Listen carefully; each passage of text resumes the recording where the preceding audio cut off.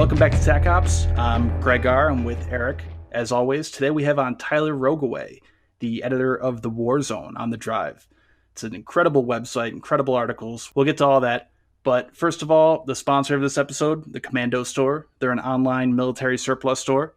They have everything from shirts to pants to boots to bayonets to patches, candy, everything, all different types of stuff. Online military surplus store. A lot of it dates from the Cold War. Real interesting period. It's at commandostore.com, commando with a K, store.com. And also, as you know, you get 5% off your first order if you use our coupon code. That's TACOPS, all lower space, no space between that. TACOPS, commandostore.com. All right, Tyler, thanks for being on. Hey, it's great to be here, guys.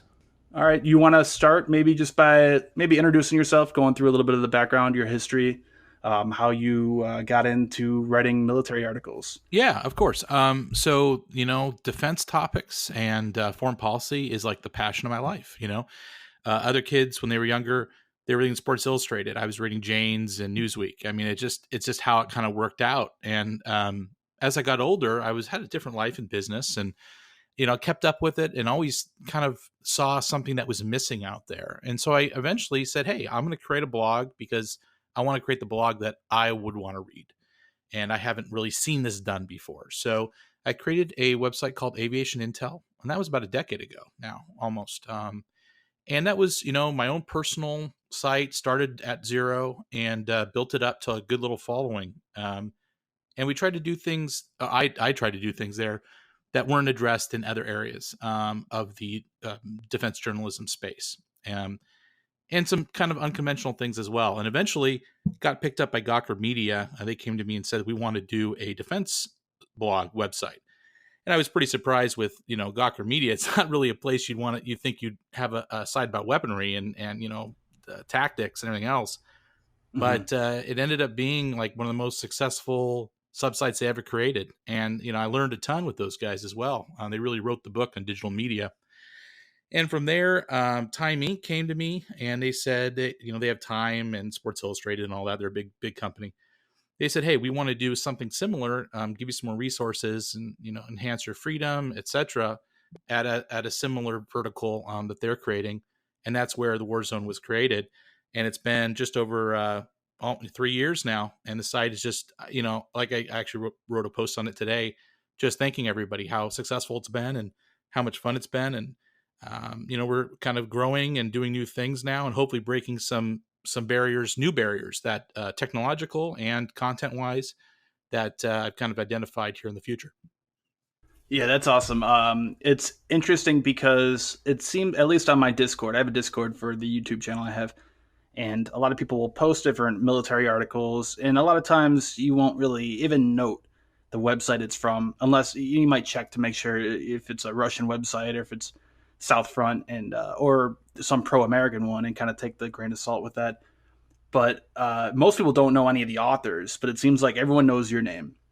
So that's why I was happy to have you on. But I really love reading the articles too. I think I told you this before the first time we talked.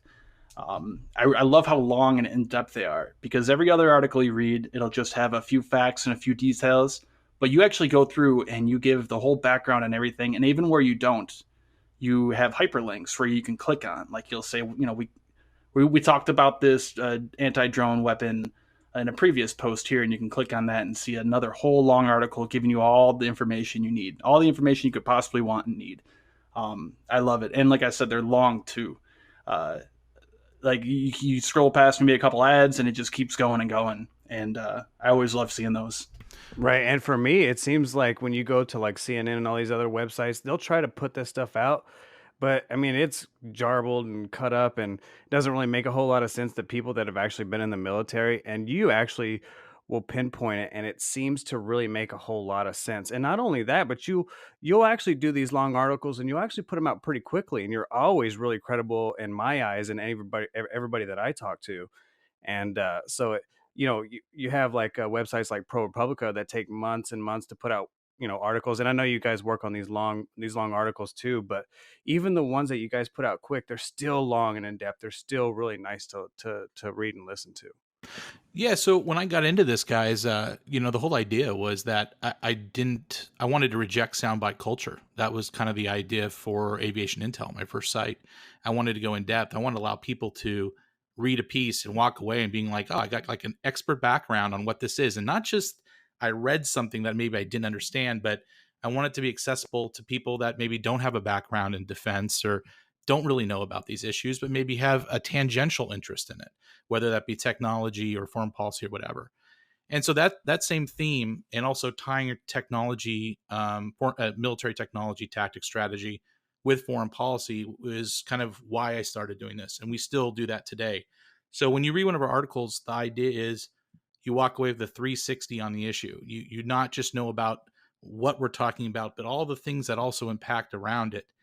And that seems to be what people like the most about it. And as far as time goes, yeah, we definitely are turbocharged. I mean, we turn around larger pieces faster than anybody I know. And it's a lot of hard work, but it's good service to our readership who expects that.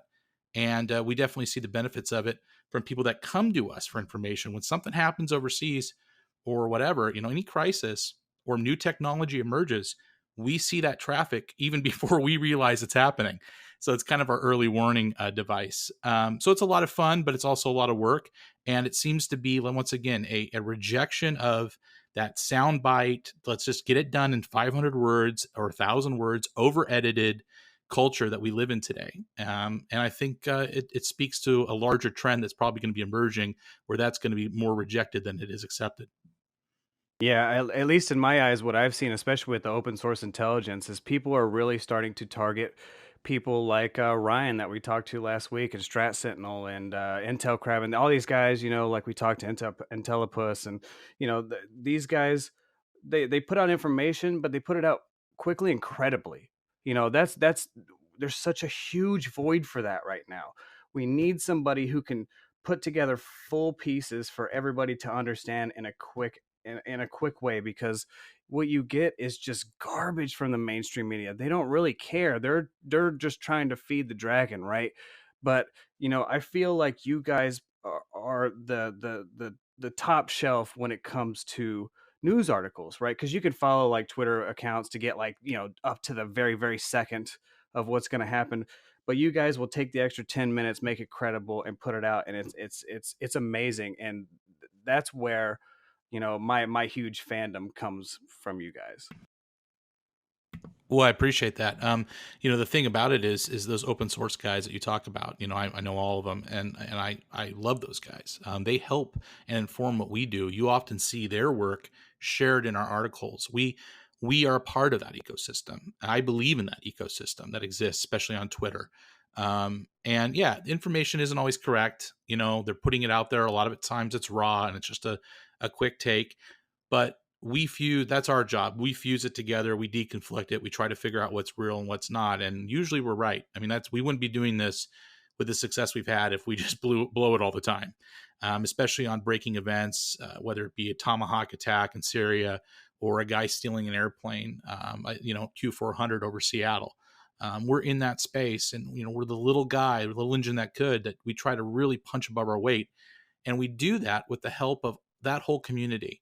And I support those guys fully. And yeah, what happened with them on Twitter with India, the Indian government apparently complained to Twitter about suing, saying they're going to sue them or something. I don't know what the whole deal was, but it shows that that's how powerful open source intelligence has become, and how anybody with an interest and a passion and the ability to learn and build a book of expertise can go out there and make big effects and on the world and what people are seeing in real time, and hopefully in doing so push the bullshit aside a little bit and get to what's real, so people don't have that big media filter that sits on top of them at all times.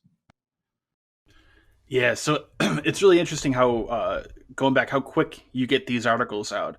Like anytime something major happens in the news, whether it was Iran shooting down a U.S. drone recently or a tanker attack that happened, right when I see it, I'll think, can I get a video done on this, or is it worth doing it? It's going to take me a week. Is the whole topic going to blow over by then? Is anyone going to care about it by then? Is a whole new event going to happen, which is going to make it obsolete?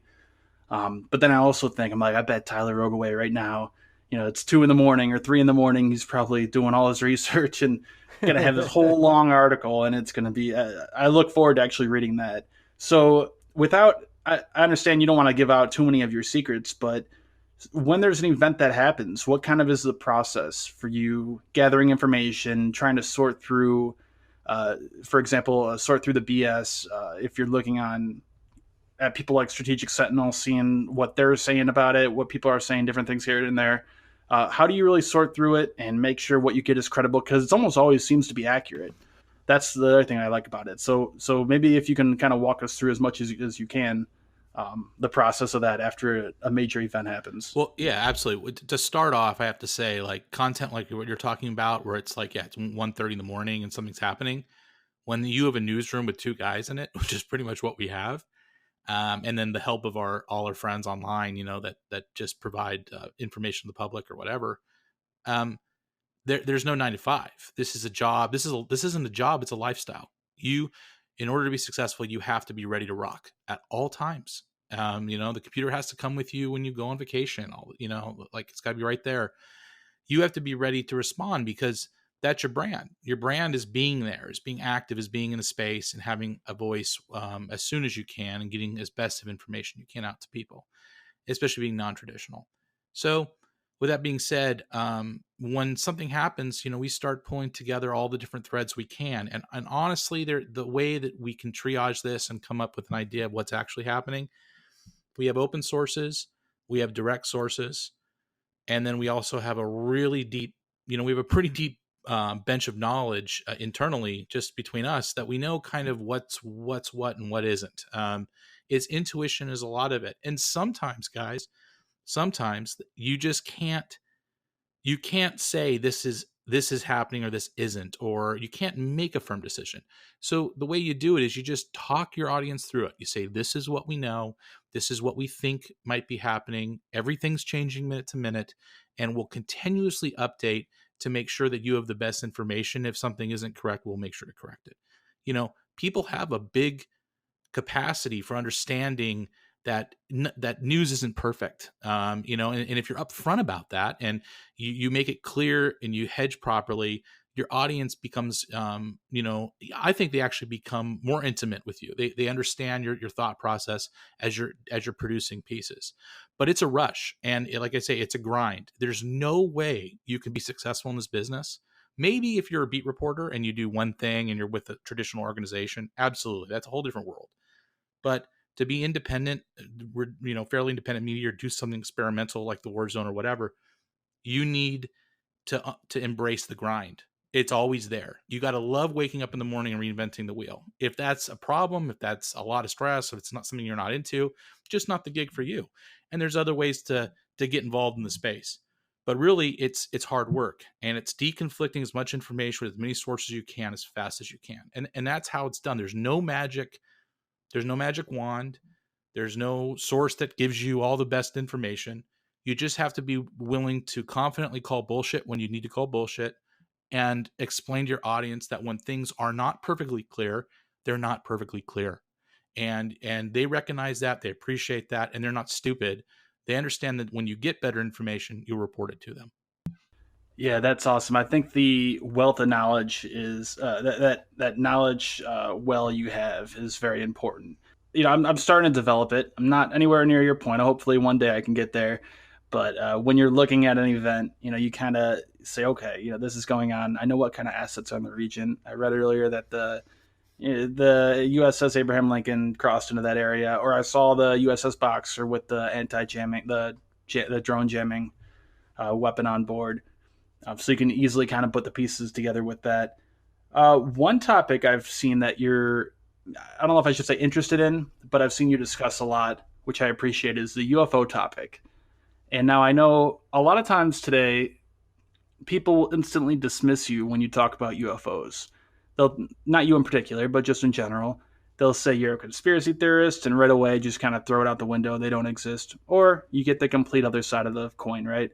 Where they believe everything is UFO, every little blurry speck in the sky must be an alien. Where do you stand on that? You want to maybe touch on that topic a little bit?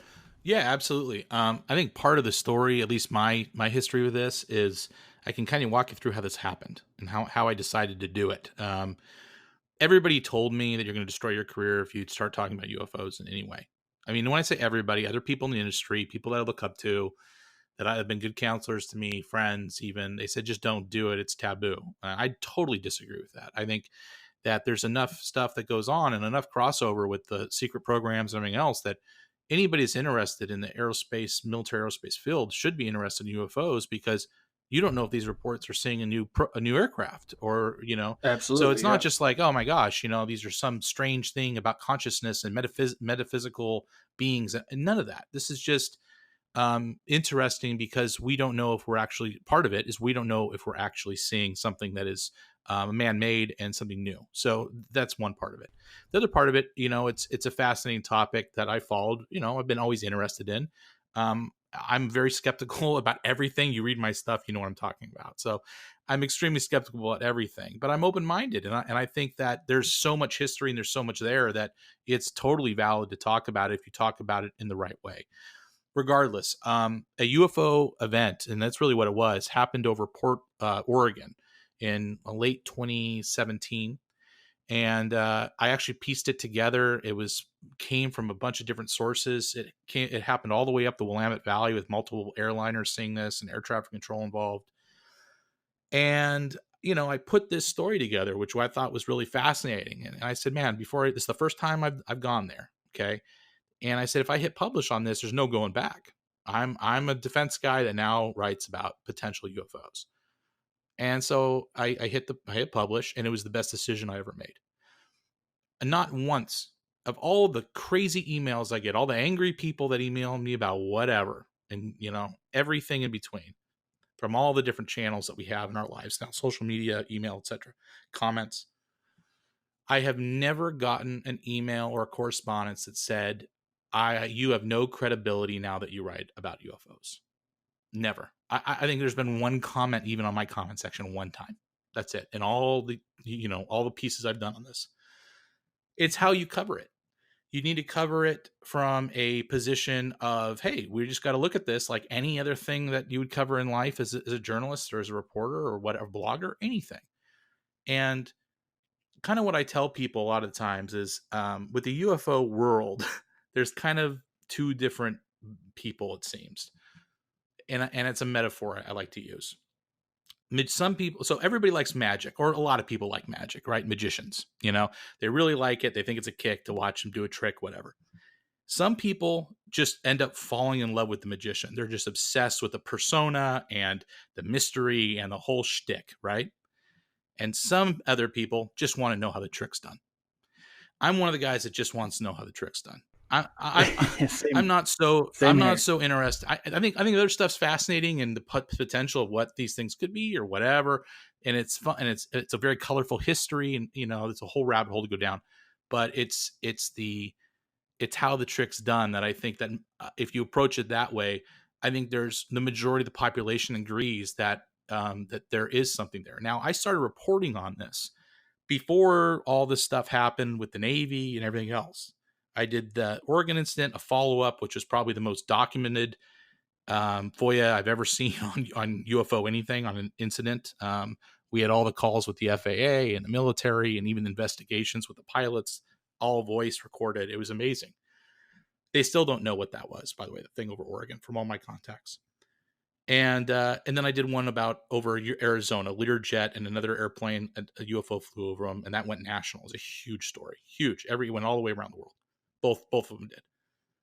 But then you fast forward about a year, right? Or fast forward a period of time, and then you have this whole thing with the Navy, the Tic Tac incident in 2004, that comes out much larger than it was before, which is it was kind of an inside story before. And then you have all the things that have happened after, including To the Stars Academy. They've been involved with this, and now the Navy, admitting that there's stuff that they can't supposedly explain.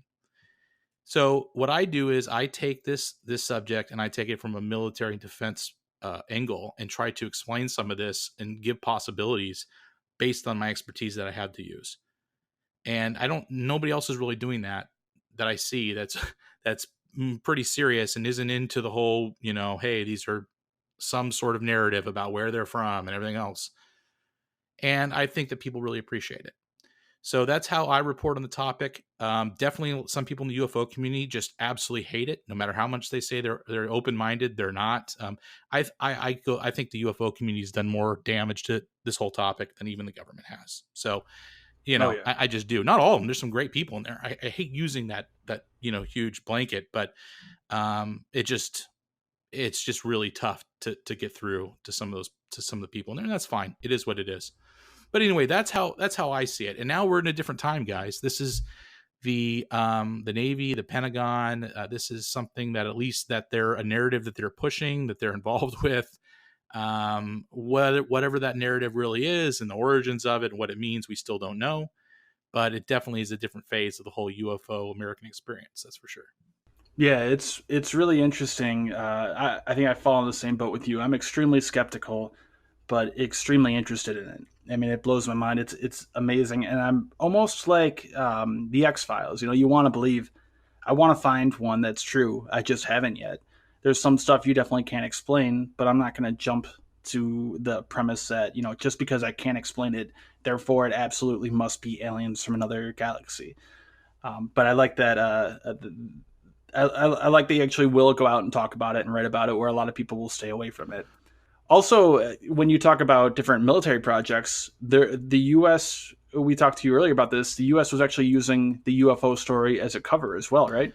Yeah, there's a history of this. I mean, this is not something that's like new or conspiracy theory. We have the documents that show it. I mean, they in the 60s and during the Cold War, they were able to explain a lot of things off based on pushing a hysteria about UFOs and really perpetuating that stuff like secret aircraft and operations. This was a tool that was used by them. I mean, it worked perfectly for what they needed to do. Somebody sees something that could be a technological risk if it got out. Oh, it's a UFO in the sky. Ha ha ha, little green men. It's very easy to do that. And today that's been totally instilled in our population. So it's even easier now. And I mean, we're in a time, this is what I try to really make clear to people, is that we're in a time of what you'd call like, a new Cold War, a time of great power competition, the Pentagon calls it. And with that, it's a lot of defense spending, a lot of development. But the big thing is what we see in our skies and how our skies look is going to change dramatically in the next decade. Everything from unmanned combat air vehicles. These are not little drones. These are big, large fighter-sized aircraft or larger that are unmanned that can swarm together and look very alien, to new stealth platforms, stealthy aircraft platforms, to hypersonics, okay, to the war in space, the ability to actually fight in a new domain in orbit and potentially beyond. All these things are going to change what we see and what we expect from when we look up at the sky, and people are going to see things that look different. It's very easy, if there is another UFO hysteria in place, or what, not a hysteria, just maybe a public interest or whatever, if it's top of mind, to help kind of blow those off as UFOs, in the classical sense. I'm not saying that's happening. I'm not saying that that's the plan. I'm not saying that that's actually something that's being executed, but we know the history that it's been used before. And so we always have to be mindful of that when we look at what the government's doing, what the narrative is, what information they are sharing, what they're putting out there, who they're talking to. This all plays into this very complex mosaic that is this new kind of UFO reality that we're in now suddenly. So that's part of being an open mind, is looking at all possibilities. And definitely the government has some agenda here, clearly, and that doesn't mean it's nefarious. But we need to remember the past. And recycling an old playbook is a really easy thing for the Pentagon and in the intelligence community to do. Right. I mean, when it comes to war, I mean, wars in every aspect, right? Information. So there's cyber warfare. There's, well, you talked about war in space, which is what I want to hit on in a little bit. But I mean, so back in the days, in the '60s, they were trying to run with what they had. There wasn't a whole lot of experimentation. We didn't really understand what treating your own citizens should be like, right? So you probably shouldn't like trick your own citizens. But if they already have a belief of something, right? Let's say, it's UFOs. You got to run with it. Even if I know you talked about how it was kind of constructed and everything else, but even still, like, run with it. If they already believe it, why not? Because if you can't tell them what it is, just don't tell them what it's not. And then you can necessarily trick the population, but you don't admit to what isn't or is. Kind of like we saw in K129, where they talked about, like, yeah, I can neither confirm or deny what happened. Yeah, I think that's perfectly said. I mean, that's, and even actively perpetuating something in a light way. I mean, listen, we've seen the abuses that have occurred in our government. We so much is done right. So there's also wrong, and you just got to keep that in mind. It's just one element. It's just one element, one possibility of this that we gotta look at. And other possibility is that and once again, I think every interview I've talked about this, I've said the same thing, is that the we've plowed tens of hundreds of billions, trillions into the classified black budget for what, 70 years now, longer, since the end of World War II. The chances are that the idea that maybe they got lucky. We haven't seen a lot for that money, by the way. We haven't seen. We had F-117, we got some B-2. There isn't a ton out there that came out of all those dollars spent in R&D that we were never able to get an idea of what was spent on. And the idea is maybe an exotic technology, they've gotten lucky, and maybe it's not easily replicable, and it would have huge implications if it were to be easily replicable. So it lives in a dark state and it's used very sparingly. I don't know. I would not put that outside the realm of possibility when the next thing to jump to is, oh yeah, by the way, they're aliens from outer space and they've been here forever and we just still have no idea what the deal is. You see what I'm saying? That's a possibility too. Why not? But I think that looking at the terrestrial options, it's not as sexy, it's not as fun, it's not as interesting, and it would break a lot of expectations for a lot of people. But we have to be mindful that there's so much we haven't seen, and huge leaps in technology could stay buried. We know this from like what Ben Rich has said and other people that actually work in that world, that the biggest leaps in technology could potentially be buried for very long periods of time due to security reasons. So we just got to keep that type of thing in mind when we look at this whole picture.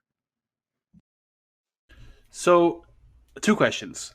First of all, Joe Rogan just recently brought up somebody I remember hearing about, watching documentaries about when I was a child, and I was fascinated by this topic. But Bob Lazar, I'm sure you're familiar with his story. Their facility S4 out there, and it kind of goes a little bit along the lines of what you were just saying, how they're spending a lot of money, and maybe they're not making much progress, and there just think it's a money pit, and the money's just disappearing into it. They're spending all this money and can't figure it out. That's kind of, I believe, what he was saying in his interview with Joe Rogan. So what do you make of his story? And then the second question I have is, are you going to be out there in September raiding Area 51? Or up there, or up there on top of Hey man, Tikaboo Peak, guys, I writing on it? guarantee you, I will not Yeah. be out in the Nevada desert for that at all. I think that's just the stupidest damn thing on the planet. I'm going to write a piece about that soon, but it's actually a cultural phenomenon that actually indicates a lot of things like what we're talking about with the public and frustration with secrecy, and also how pop culture has just embedded this idea of aliens in Area 51. I've never seen one bit of evidence in any way, shape, or form that is, any way hard that Area 51 is ever anything but a flight test center for advanced aerospace technologies. Maybe that's something that is really advanced and can do amazing things. It doesn't mean it came from another world. Once again, we're spending, unlimited, huge sums of money on this stuff. I mean, they're doing something out there with that massive base. And you can imagine, I mean, there's very few people I think out there that's written as much on Area 51 in the Nevada, test and training range as I have, at least contemporarily. So you can imagine the people that ask me questions about this. The sad thing is most of them want to talk about aliens. They don't want to talk about, sorry guys, it's no aliens out there that I've ever, no, there isn't, as far as I'm concerned. It's nothing to do with that. They're out there testing aircraft and testing the next technologies and hitting a lot of dead ends in the process. As far as Bob Lazar goes, man, I love Bob Lazar. I love it. I love that story so much. It to me, I grew up on that story. It was so entertaining. And this is my takeaway. everybody can make up their own minds on it. I mean, either he's one of the best storytellers of all time, which I think he is. I think he's a brilliant guy that came up with a brilliant story that is still capturing minds 30 years later. Um, or he's telling the truth, right? And the world is very different than we think it is. I personally don't think so. I think that I don't think Bob's story is accurate. That's just me. Yeah, That's just me. same. But sometimes there's mixes of truth. I mean, maybe you worked out there or whatever. There's electricians out there. There's people. There's all types of people that work out of the Nevada test site in that area. So it's not like it's just your top physicist or you don't have access out there. They need people just like you do in an office building out there for the massive amount of facilities that are out there, including all the DOE facilities out there. So my point is that I don't want to get into the nitty gritty here, but regardless, it's a fantastic, entertaining story. I love it, and I've gotten my money's worth by following it all the years and seeing all the different interviews with Bob. And I still enjoy it. So you also have to come at this with and have a little fun with it too. You know what I mean? And that's kind of where I see Bob. And listen, can I say it definitively 100%? I mean, I'm not going to sit here and say no, absolutely not. I mean, I don't think so at all. It seems like that there's holes in it, and I don't know. It would be cool if it was true. I don't see it that way, but I love the story, and I can never get enough of it. And I want to preface this by saying I have nothing to do with the Seawolf program. I don't know anything about that boat. I've never been on it. I know the basics, but I can tell you that one of the rumors that went around that boat, especially in the submarine community, was like, "Holy cow, that thing is a pier queen, and we spend an enormous amount of money on that thing." I mean, we spent crazy money. I don't have the numbers in front of me because I didn't think we were going to talk about the Seawolf tonight, but it was huge, and they didn't really do much, at least in the public eye. Like, there was no stories about it. There was all this money that was dumped into it, and nobody really knew anything about it. But then all of a sudden, we came out with the Virginia class, and then we start to learn that the Seawolf was a testing platform for that, right? It was. I mean, there's more.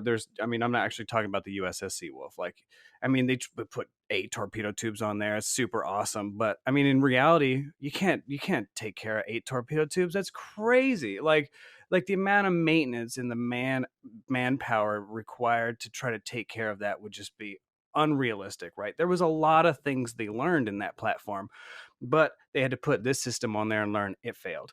Put this system on there and learn. It failed. And like you talked about, they got this third system, and oh man, it was that thing. It was that thing that all of a sudden now we have that advantage, right? Because it's happened, right? It happened with the tiles they put on the outside of the submarine, right? The Germans are really popular about the snorkel, um, you know, talking about sonar systems, fire control, computer systems. It happens. It has to have a testing platform, right? And so, in my view, Area 51 was always that type of Seawolf class platform for avionics, right? It was that platform where they were just doing crazy stuff that nobody could talk about, but it's avionics, so it has to fly. You can't just fly it inside of a hangar. You got to test it, right? Because like I talked about before in one of the other podcasts, was they were flying one of the stealth bombers over our house, and we didn't know what it was. We thought it was a UFO, but you dig online, you try to figure out what's going on, and then you either go down, like you said, one of two paths. You either go down this crazy UFO path that doesn't really make a whole lot of sense, and you start running into forks that have no exit, nowhere to go, or you just kind of use common sense and say, hey, look, we're trying to run a military. We're trying to be the best of the best. We have a lot of, not necessarily wars, but we got a lot of little squabbles going on, and we're trying to be the best technologically on the planet.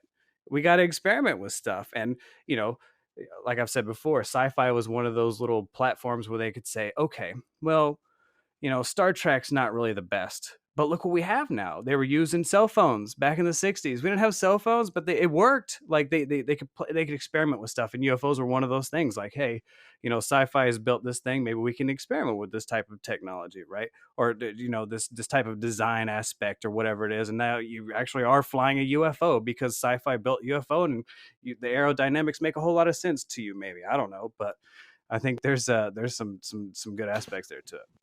And really quick, if I could preface that a little bit, what do you think is going on at Area 51 right now? If it's not aliens, and if it's not, they don't have ET there, it's obviously still expanding. So I'm sure you've looked through historic satellite images, and you can see that they're still building new hangars. They're still building new facilities. It's still expanding. And there's a bunch of other down at the Yucca dry lake bed down there. They have that big drone base, I believe, is what it's for. So maybe we can use that and kind of segue into UCAVs in general. Do you think that's I what's mean, going yeah, on there right Area now? 51 is a large facility. I mean, there's potentially dozens of programs going on out there at any given time.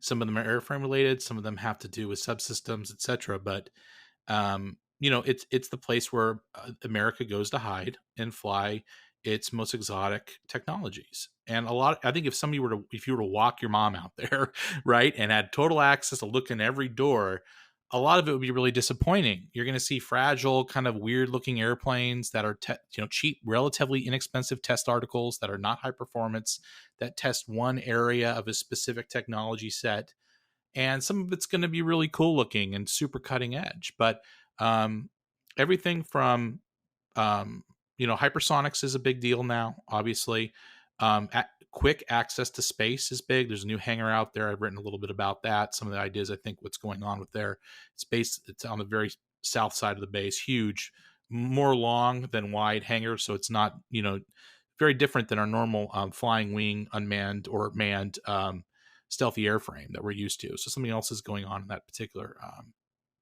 hangar. And we know the RQ-180. That's something that is basically gray disclosed. I mean, this is a high altitude, long endurance drone unmanned system that has a very similar technology set and mission as the RQ-4 Global Hawk, but it can penetrate. It cannot just fly over enemy airspace. It can do it and persist over long periods of time. And this technology is absolutely key to all our battle plans in the future, from networking to surveillance to targeting, etc. Being able to put something deep over enemy airspace at a very high altitude and let it loiter and watch patterns of life and provide targeting, like I say, targeting, networking, etc. That's the ultimate enabler we need. We know that aircraft was built. I mean, it's wink, wink. The Air Force has kind of made that clear, and so that was possibly also a risk eliminate or a risk reduction aircraft for what became the B-21 bomber today. At the time it was the next generation bomber. We know Bob Gates didn't want it in the late 2000s, and something happened, and all of a sudden he was on board. And so likely there was a demonstrator, potentially the same aircraft, that was once again said, "Hey, well, these technologies are really capable. We can build a much better bomber than we have in the B-2 today, and it can do a lot of different things." The B-21 is not a bomber. It is a multi-role platform, from everything we can tell, that's going to fly at higher altitude than the B-2 and be much stealthier across a wider band, much larger number of bands of radars, and be able to do things like once again, networking, targeting, potential electronic warfare, command and control, etc. So there's a lot of things there's a lot to do out there. I mean, we saw the stealth helicopters, the Black Hawks, come out of the Bin Laden raid. They were out there. Nobody had even thought about that. We thought that the stealth helicopters died with the Comanche program. It didn't. A lot of that technology was ported over, and they built these things. So there's plenty to do. I think the biggest thing that they're doing out there that is undisclosed, and I've written a huge piece, probably the most important piece I've ever written, in my opinion, is about unmanned combat air vehicles. And that is something that is, the size of a fighter jet. This is not little drones. These are not manned teaming systems. This is not necessarily to fly alongside an F-16, to work as an expanded magazine and something that the pilot can control for tactical reasons. These are networked, high-end unmanned combat air vehicles that can travel 2, 3, 4 times the combat radius of a manned fighter, penetrate deep into enemy airspace, and make decision cycles, because they're networked together within line of sight, that absolutely would crush the enemy's decision cycle. This technology was the biggest thing since the jet engine in the 2000s. They proved it openly that this was it. UCAVs are here. It's going to revolutionize everything. This was in the early 2000s, guys. Think of what a cell phone looked like in the early 2000s, okay? And by late 2009, 2010, it just all went dark.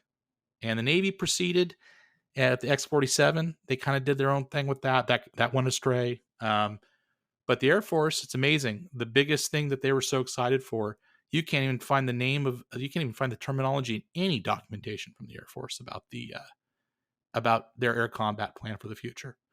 So I believe it went dark, and it's fully developed. It's in a semi-operational proto state, similar to the F-117 before it was declassified. Likely lives out of Tonopah Test Range Airport or Area 51.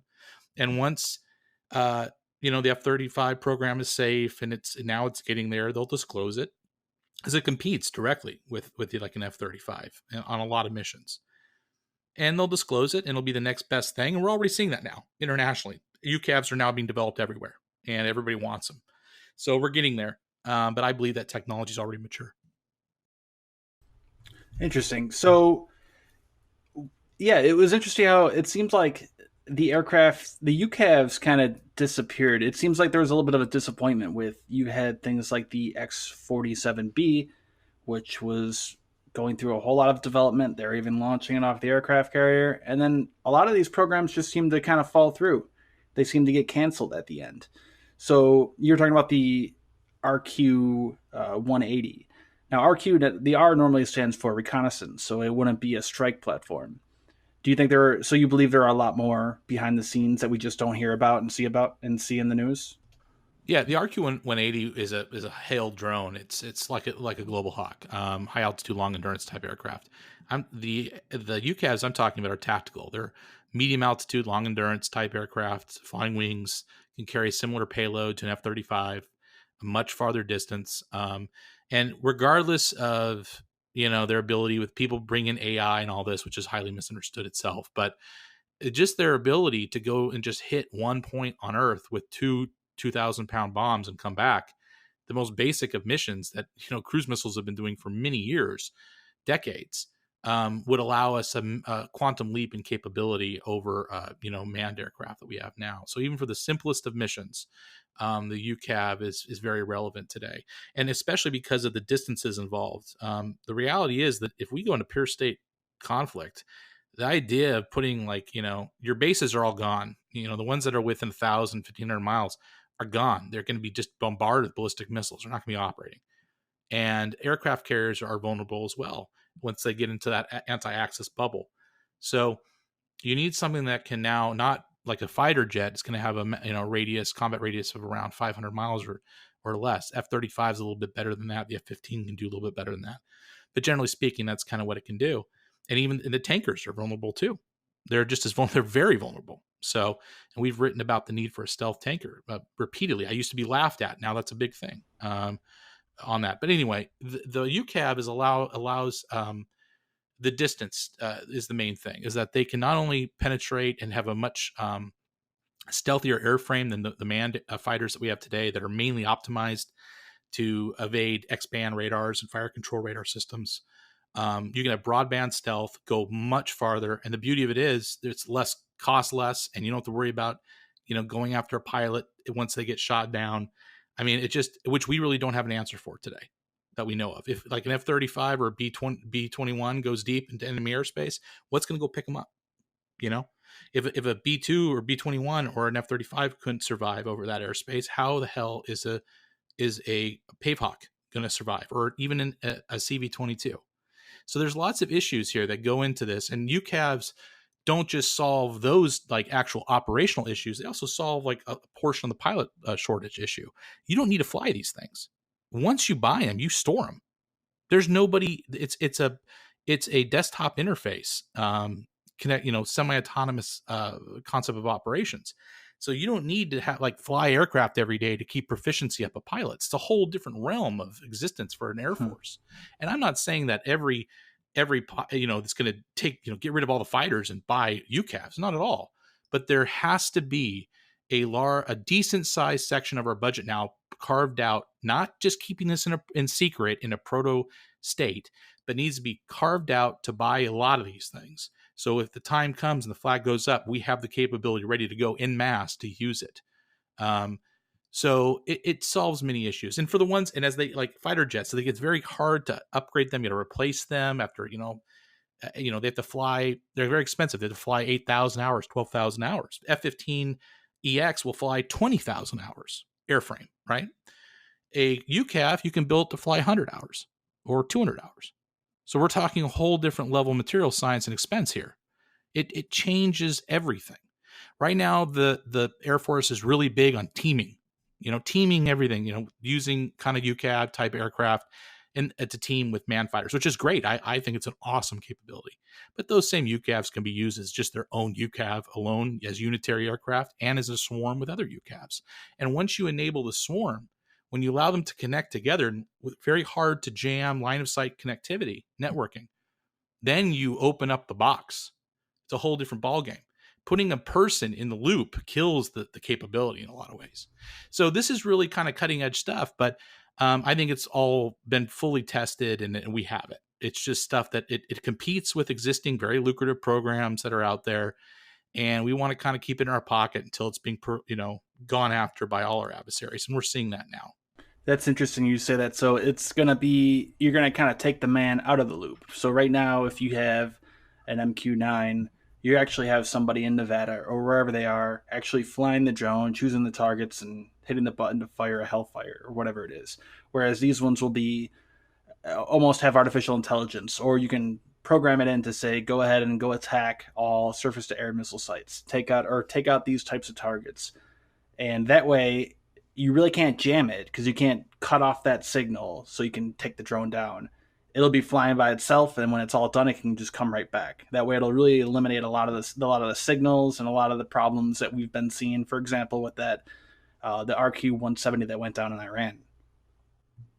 Yeah, it only has to talk. It only has to go up to satellite and ask something if there's something wrong. If it needs to answer a question. If there's an issue with the aircraft, needs a command, then it will potentially give away its position by asking. But once it's fenced into the enemy airspace, these things don't need to talk to anybody. And people are like, "Oh man, it'll kill." It's going to just take out school buses like we see in these movies. Not at all. This first off, that already exists. Our cruise missiles use imaging infrared and a data library to compare their target with and then hit the target, including potential targets of opportunity. So this is already there. Okay. So a lot of the things you hear about jamming and it's this, I don't trust it. It's like, hey man, that's sad because the enemy is working on it right now and they don't give a crap about any of that. And this is such a game-changing technology. If we're sitting here talking about, we don't want to take a man out of the loop, and there's lots of cultural things with the Air Force with this, with pilots and everything else. If that's the debate, China doesn't care. They don't care. And neither does Russia. They want a weapon system that can hit us in our Achilles heel. And this is one of them. The enemy's developing it too. So it's one thing to have it in your back pocket in a secret world. And hopefully we do. If we don't, whoa, it's the biggest screw up in defense procurement that I can think of ever. Okay. If this was buried and it was cultural and they said, oh man, we're not going to go after it. So let's just put that aside. But if we don't execute on this technology rapidly, the enemy will get there first. And I do not want to see our service people at the mercy of this capability when we don't have something to deter it with our own capability or even counter it. So that's kind of where I stand with this. And like I say, people can read the piece for themselves. It's 12,000 words. Everything's in there. And I think it gives a picture that dispels a lot of rumors, and it's a reality that we need to confront. And once again, people say, well, it's secret, they've got it, who cares? Well, we make today decisions are being made, procurement decisions with huge dollars that affect our force 50 years from now. So just having something in your back pocket doesn't mean that, you're going to have enough of it when you need it for an actual conflict. So I want to preface this by saying the robots are taking our jobs, taking the military jobs, taking great military jobs, and I'm okay with that. Like, being on a submarine sucks, man. It is not fun. And they've been slowly putting UUVs out there and putting robotics out there so that we don't have to put people out there. Man, that sucks. Being on there is not fun. It is I don't want to say it's a shit job, but you are super proud of what you do whenever you get out, because it sucks, man. And we need robots to take over stuff like that. You know, when it comes to putting people in helicopters, I mean, you saw what happened in Vietnam. Look what happened to all those pilots that we put in helicopters. Why don't we just make them robots that fly in people? Or, you know, we need unmanned vehicles, because if we could have an entire army that's based on people playing video games, I mean, why not? You know, it's like one of my favorite movies of all time is The Last Starfighter. I love that movie because when I was a kid, I was like, we play video games all day, and I can tell that the video games are getting better and better. And eventually, I'm going to play a video game that's almost perfect, right? So Greg and I always talk about DCS World, right, where you can fly a Hornet, or you can fly these aircraft, and they're about as perfect as you can get. And why not have a program like that where you can have these kids who are training in simulations all day, where they can actually learn to you just take these kids that and they have hundreds of thousands of hours in simulation time, and just put them in the actual aircraft when they graduate academy or whatever. I mean, it's like the technology's there, and why not? Because you have to keep progressing, right? We can't just stop with technology, because if you stop with technology, you're going to get left behind. And in wartime, that's not good for you. What I think when it comes to the unmanned stuff, it's very upsetting for people on an internal level. I've just seen it. It just puts them off, and they've seen too much BS science fiction from it. That preconceived notions about what it is and how it works and how it doesn't work, especially. It's always going to be, at least for now and for the foreseeable future, in my opinion, there's jobs that we need soldiers to do, that we need personnel to do. Absolutely. We're still going to need pilots for a lot of missions. That's not what this is about. Like, get rid of the pilot corps. No way. But when it's so apparent that certain missions are way better served, or certain parts of certain missions during certain times in a conflict are way better served by something that does not have a human being on board, A, and B, in the loop at all times, and yet we almost are, it's like kryptonite to the force. It's very troubling. And it's like you talk about undersea warfare, what's going on under the waves. Yeah, of course, unmanned submersibles, and what's happening with unmanned underwater vehicles, and how they're going to team with our nuclear submarines, and that's a very shadowy space. In fact, that's almost more shadowy than the stuff that's going on in the sky. But it's our enemies are working on it. So the idea is that we need to outpace the threat. And I think in a lot of ways we're playing catch up, and that or we're playing catch up to superiority, right? Where we don't have a buffer zone involved. We don't have that comfortable buffer. And it's going to pay off down the line for the bad guy, not for us. So we need to get over this. And there's certain things, certain controls you need on these systems. Absolutely, checks and balances. But you also got to remember, what is the enemy going to care about? Are they going to have those same controls? And does it hurt us to a huge extent by placing sometimes unneeded checks and balances on an unmanned system, just so we can say, that we have control of it at all times and everything else. It's a unique space. It is the future. And we're going to be talking about this exponentially more in the decade to come.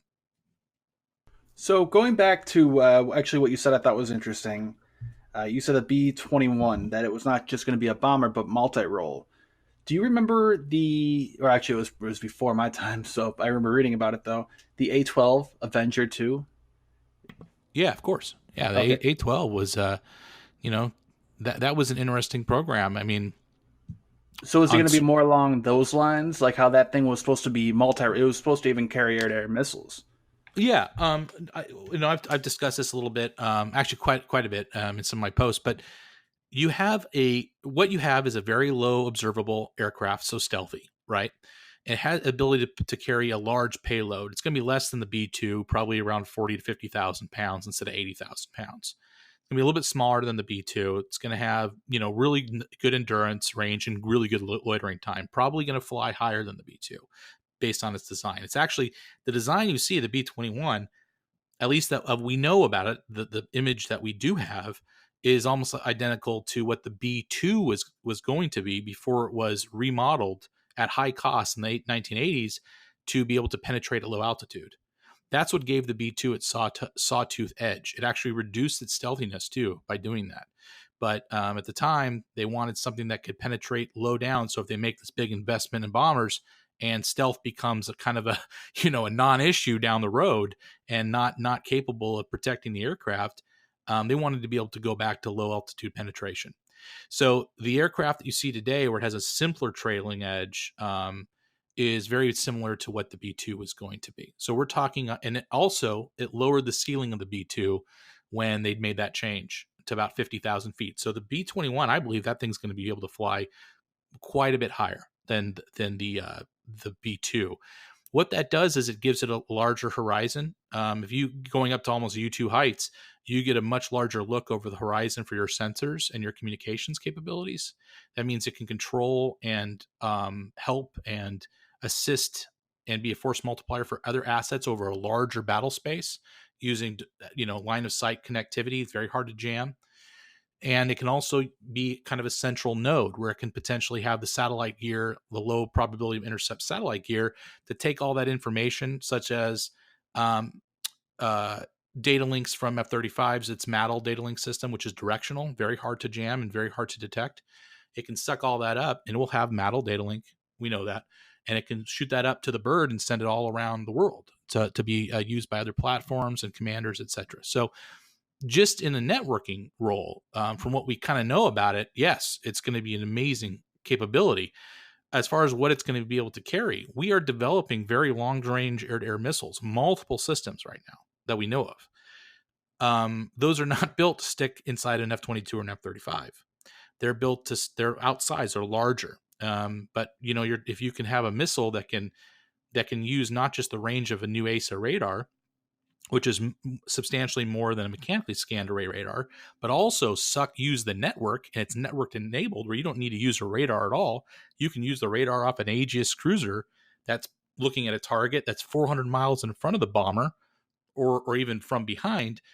If you can use that for targeting and you're just basically a magazine for that missile, you can help fighters like F-22, like F-35 that will run out of missiles far forward of where that aircraft is operating. So you're talking totally new ideas of air-to-air warfare if you can put long-range weapons on F-15, B-21, etc. And beyond just the air-to-air stuff, you also have the potential of being able to integrate small diameter bomb too, which is going to be, it's networked. It has a tri-mode seeker. Any weather, it can strike a target. And it has a lot of range. You got like a 50-mile range with that glide bomb. You can pack a lot of those in a B-21, right? So one aircraft can not just take out, it can literally take out a full formation of moving tanks and vehicles 50 miles away, a stealth aircraft, with one pass. So we're getting into a whole new realm of tactics and how we could potentially prosecute a war against someone like China, where you're not going to have, thousands of target sets. You're going to have tens of thousands of target sets. It's going to be just a huge amount of targets to hit. And you need aircraft like that have super high volume. Beyond that, you have sensors, right? You have very powerful radar, electro-optical sensors. It's probably going to have something very similar to the F-35's electro-optical suite. I won't be surprised if they actually lift it directly. And other capabilities that, are still new. So with that, it's going to be able to feed all that information it collects back into the larger network. And that's going to enable a lot of other aircraft that have inferior sensors to do a lot of damage. So B-21, and also it's going to be an unmanned on top of it, and a nuclear bomber. So America's not getting a new bomber. They're getting a whole new idea of a high-flying, long-endurance, very stealthy platform with what seems like a very decent price for at least from what we're told of how the program is progressing and how the original cost estimates work out. Yeah, I wonder if it's going to stick to that price. You know how it always ends up working out. Do you think stealth is going to be enough, though? You look at or for example, you have things like the S-400. You have some pretty complicated and pretty complex. They always joke or really vaguely call them stealth busting radars, right? Like they have better computer processors, which can clean up a lot of the noise really work through this stuff and be able to see very low radar cross section aircraft at further and further ranges. Do you think that's going to be enough, though, or is there other technologies it's going to implement to help it do its job and help it get over the target?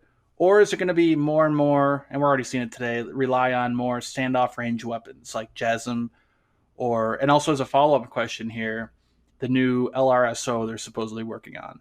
So I've seen, looking through the budget, you see them spending billions and billions of dollars developing this LRSO, the long range strike, or long range standoff weapon. It's supposed to replace the AGM 86 as the new nuclear cruise missile, air launched cruise missile. Do you know? I've always been interested in that one because there's very, very little information out there. Do you know much about that? Is it gonna? There's rumors that it might be a hypersonic weapon.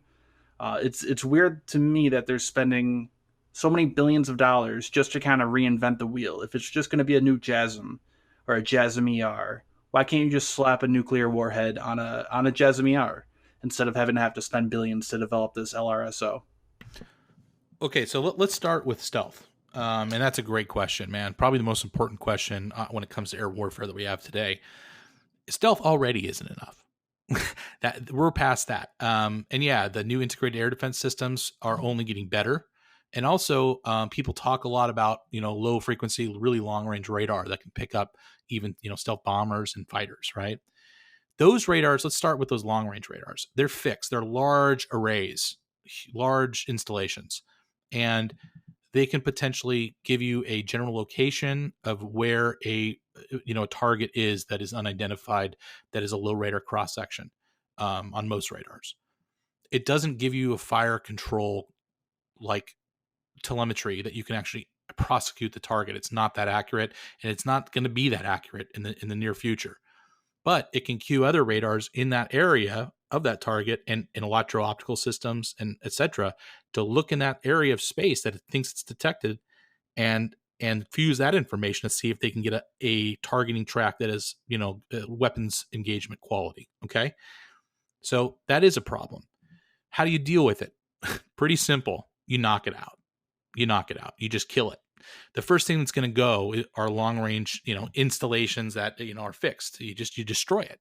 And I mean, look what we're making to do that. Hypersonic weapons. You don't think that's on the top of the list for a hypersonic weapon? That'll be the first thing that's being used. Can't defend against it really. That will whack that thing out and boom, lights are out. And now you don't have that long range early warning system. That's very vulnerable to attack. You're going to be more, the enemy will have semi-ground mobile systems like what we're talking about, which are not as capable as detecting low radar cross section aircraft. So there's a way to deal with it. Beyond that, stealth is not. It's part of a cocktail of survivability.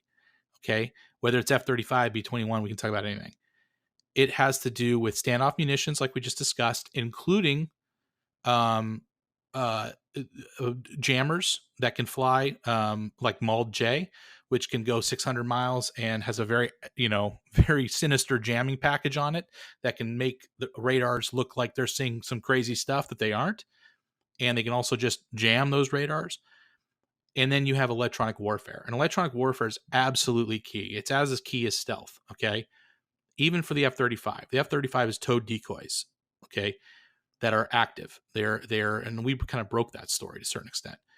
That, I mean, they built this airplane that's very stealthy, supposedly, for fire control radars, especially from the frontal hemisphere. From the back, maybe not as much. But yet they put on high-end towed fiber optic decoys. That's because you're going to need, the aircraft flies in different configurations. Sometimes, a pop-up bad guy on the ground can come out of nowhere and maybe it's not in a full stealth configuration. That's one thing. But at the same time, you're going to get caught off guard. You're going to be, sometimes there isn't a route to the target that's sanitized where you can get through without being detected. Those decoys give you survivability. The F-35 has a very advanced electronic warfare system beyond that towed decoy system.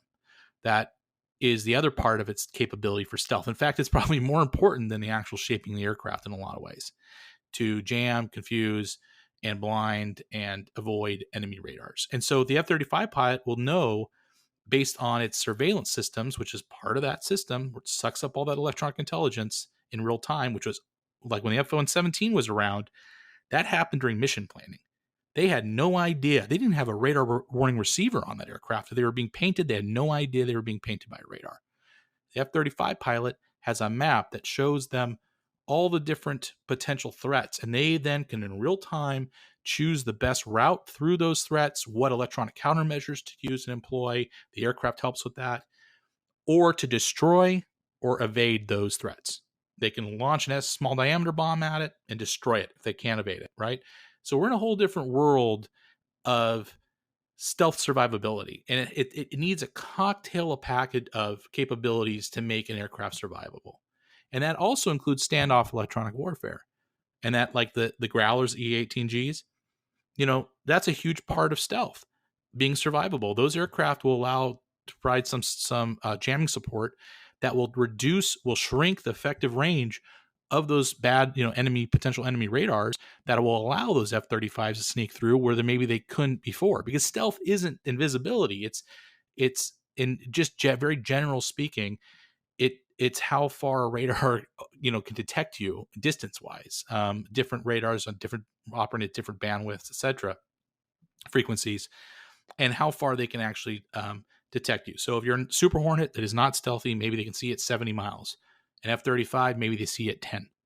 That gives you a lot of playroom to get around to survive and make it through the target.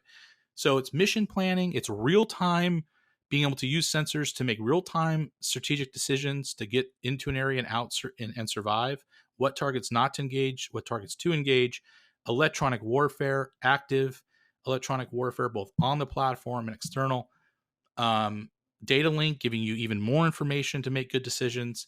And then you have stealth. Okay. So I think people need to realize there is no like, oh man, that plane's stealthier than that plane, and that plane has this and that. There is a package, and you have to look at the variables you have to see what you can accomplish. And the F-35 and the B-21 and everything in between still has to balance what it can do for any given mission. Does that make any sense at all? Oh yeah, totally. When it when it comes to submarines, that's how we lived. Submarines themselves are stealthy, right? You just can't see them, especially if you're a surface ship. You just can't look over the water, and they're obviously not there. You have sonar too, but if you throw out active pings, we'll pick them up way before you pick us up, and we're just going to track you and follow you, and you're just going to be another target, right? And so when it comes to submarines, they use ESM, right? So ESM is that electronics intelligence that you try to pick up, right? And so you poke a little mast up, and you pick up all the signals coming in, right? All the just electronic signals bouncing in the air, right? Because if you're in a submarine and you're X amount of feet under the water, you're not going to pick up a whole lot of a lot of signals, because they're going to bounce off the top of the water, right? So that's why submariners don't have satellite TV, they don't have internet. They're locked into this closed environment where they don't pick up any types of signals, right? So you have to pop up this little mast, and you could pick up radar and all these other electronic signals that are bouncing around in the air, right? And that gives you a huge advantage, because now you can see people from way over the horizon, because these signals are just bouncing off the atmosphere, right? So it makes your little circle, right? Every military asset has a circle. Basically, it's kind of like playing CMANO. Like, you have a little circle around you, and that's your range. And so if your target or your enemy has a bigger range, they're going to be able to strike first. They're going to first strike on you. So you want to extend your range. And that, you were talking about using Aegis and using bombers and satellites. You can basically have a bomber that just drops a missile that just flies for hundreds of miles and hits an aircraft. Like, we don't need Maverick anymore. We don't need dogfights. So you don't have to be able to visually look at each other anymore. I can shoot from way over the horizon before you even know I'm even there, and just run away. I don't even need stealth. I don't need anything. I can just use electronic intelligence to just network the whole gambit together and hit you, and you never even knew I was there. I think one of the issues with standoff weaponry, and I know you asked about the LRSO, but just generally speaking, higher end standoff weaponry that can, they can pierce in through an enemy's anti-access bubble. So 500 miles, 1,000 mile, 1,500 mile range. people often say like, "Oh, we have standoff weapons. We can do this with standoff weapons." Well, they cost $1 million each, or $2 million each. When we get into hypersonics, God knows what that price tag is going to be, or even LRSO, right? There is not the ability, based on how we work as a military today, to purchase anywhere near enough standoff weaponry to be able to take on a country like China. You need to have, like I say, tens of thousands of target sets, even for a limited conflict, with a geographical region. So you're going to need to be able to make direct attacks on targets with inexpensive weaponry like JDAMs and laser guided bombs. When I say inexpensive, I mean 20,000 to 75 to 100,000, not millions. Still very expensive, but we have a lot of them. So I think on one hand, absolutely you're right. And for knocking down the enemy's door, these weapons will be used first before any stealth aircraft goes in most cases. Okay. But that's what they're there to do, to knock down the enemy's door, to blind them, to make them deaf and dumb so that we can have our way with them. Okay.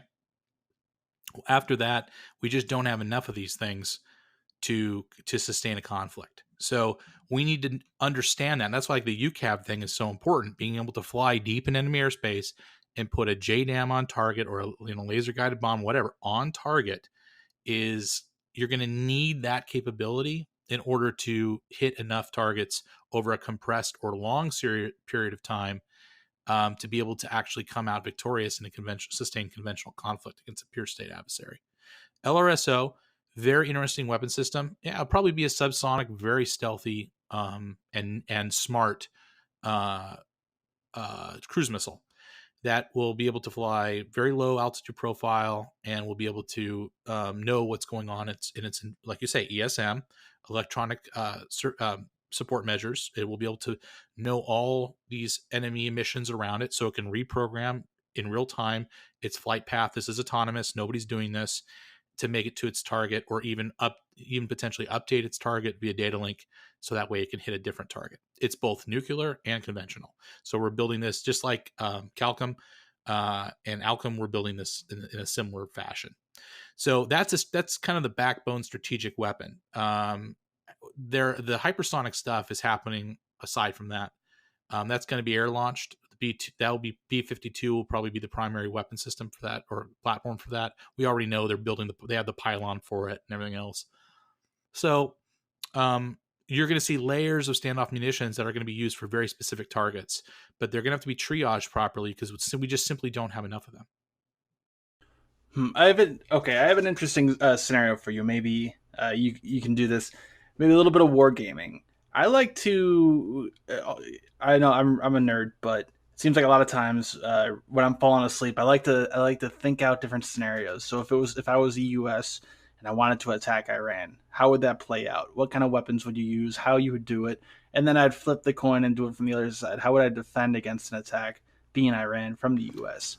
So with everything, real quick, with everything going on with Iran right now, for example, you know about the strike that Trump supposedly canceled at the last minute. What do you?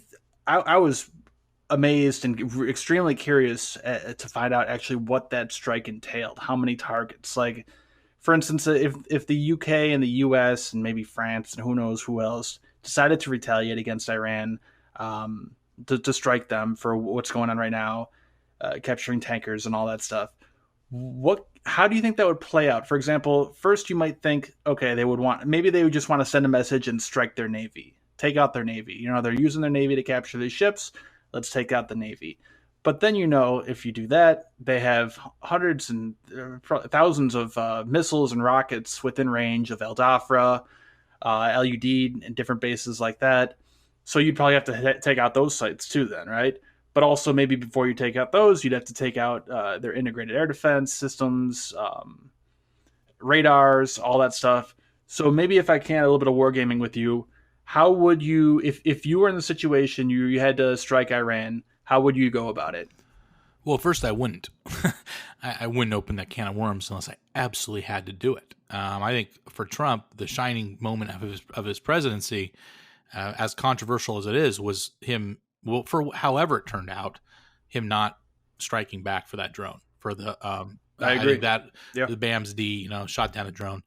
We know what that system is. We were the first to report what that system was. There's a lot of confusion at the time of what that aircraft was, but um, that was the smartest thing he did, because the reality is Yeah. Americans are really warped, man, and how they see and perceive warfare for the last long decades period of time. It's like we choose the wars we get into. It's all up to us. The enemy has a major vote, and when it comes to Iran, say what you will about them. Yeah, their hats look goofy and they put out some dumb prototypes, propaganda and everything else. I get it. Okay, a lot of posters about Israel that are laminated everywhere with fire and brimstone. It's wacky, okay, but they're very well versed asymmetric warriors. That history goes back way before the United States was even found. Okay, it's Oh not going to yeah. be pretty if you want to slug it out with these guys in their backyard. It's just not. And then you talk. I mean, without even getting into like, oh my God, what do you do if you break that country? You know, um, an actual conflict with Iraq with Iran will make Iraq look like, a popsicle stand. And that's terrible to say because horrible things happen in that country. So many of our service people came back without limbs or died. Okay. But it's just a simple fact that people have to understand that if you go all the way with these guys and it gets spins out of control, and you have the Saudis and the UAE and potentially Israel getting involved. Okay. It's a regional conflict that will have no end and will set a whole new precipice for going forward for what the strategic situation looks like in that area of the world. Not on top of that, it will stop 25% of the oil going out, which will be horrible. The world economy will crash overnight. Crash. It won't take a hit. It will crash. Okay, and if it's sustained, if they mine that strait or just ships cannot move through it because it's too threatening for a period of time. I mean, rich countries, it's one thing if oil goes through the roof. Poor countries, man, you got people starving and lights going out, and it's just people don't realize the domino effect this will have, and that's what I try to report. And I just try to always let people know this is a unique scenario, and the way I would do it is try not to do it under any circumstances. Now, that being said, with Iran, in particular, they have buried a lot of their capabilities very deep, very deep under mountains. Okay, from command and control to their ballistic missile capabilities to their nuclear facilities that supposedly some are mothballed. But the idea is that to open that strike, you'd probably use the B-2. Well, first, you take out any air defenses that would threaten that aircraft penetrating into its area. So definitely standoff munitions would be used in a very timely fashion in electronic warfare. But you need to hit as many of those targets, especially command and control, and like high regime buried targets that can blind that regime from what's going on. That's key. And I think doing that would only one aircraft in the world can do it. That's the B-2 in the Massive Ordnance Penetrator. That was built for that role. Specifically, that and North Korea really are the two main. Iran, North Korea is kind of the focus of why that massive, huge penetrating bomb was built. The B-2 can carry two of them. And you're going to need, sometimes you'll need multiple of them on each target to actually burrow down low enough to strike it. But at an actual all-out war, that's something you're going to see, those types of target sets. Now, before we go there, though, I do have to say, it's most likely if we were to do something, it'd be something very limited.